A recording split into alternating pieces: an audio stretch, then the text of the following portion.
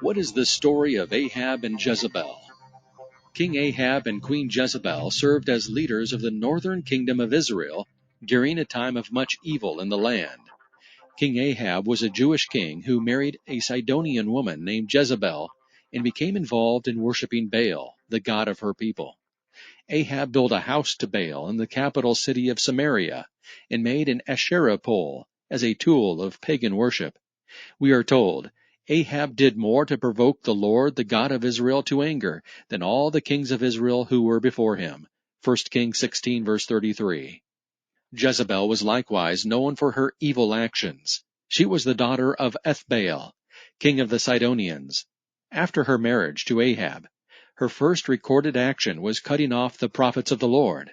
1 Kings 18, verse 4. Obadiah, a God-fearing officer in Ahab's court, noted that Jezebel killed many prophets, despite Obadiah's efforts to save them. Has it not been told, my lord, what I did when Jezebel killed the prophets of the Lord, how I hid 100 men of the Lord's prophets by fifties in a cave, and fed them with bread and water? 1 Kings 18, verses 13 and 14.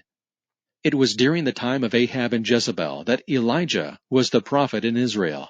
Satan had his couple on the throne, but God had his man in the field, performing miracles and leading a revival against Baal worship. The 3.5-year drought that Elijah prayed for was part of God's judgment on the wickedness of the nation and its leaders.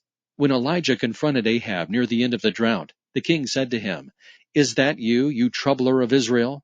1 Kings 18, verse 17. But Ahab had it wrong. Elijah was not the one bringing trouble on the land. The prophet corrected the king.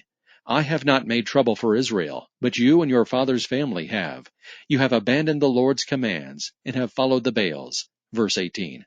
After Elijah defeated the prophets of Baal and had them killed at Mount Carmel, Jezebel issued a death threat against him. The queen went on to plot against Naboth, an innocent owner of a vineyard that Ahab coveted. Jezebel had Naboth killed so the king could confiscate his land. 1 Kings chapter 21. And she prodded her husband into many other wicked acts besides. There was none who sold himself to do what was evil in the sight of the Lord like Ahab, whom Jezebel his wife incited. 1 Kings 21, verse 25. Ahab's death was predicted by the prophets Elijah and Micaiah. Jezebel's gruesome death was also predicted by Elijah. True to the prophecy, Ahab was killed in a battle with Syria. Later, Jezebel was thrown from a tower, and some of her blood spattered on the wall and on the horses, and they trampled on her. 2 Kings 9, verse 23. Then, when they went to bury her, they found no more of her than the skull and the feet and the palms of her hands. Verse 35. Just as Elijah had said, the dogs ate Jezebel. In Revelation 2, verse 20, Jezebel's reputation lives on, as Jesus speaks against the church at Thyatira. "But I have this against you, that you tolerate that woman Jezebel, who calls herself a prophetess, and is teaching and seducing my servants to practice sexual immorality, and to eat food sacrificed to idols." The woman's name in Thyatira was probably not literally Jezebel, but her immorality and idolatry in preying upon God's people was very Jezebel-like.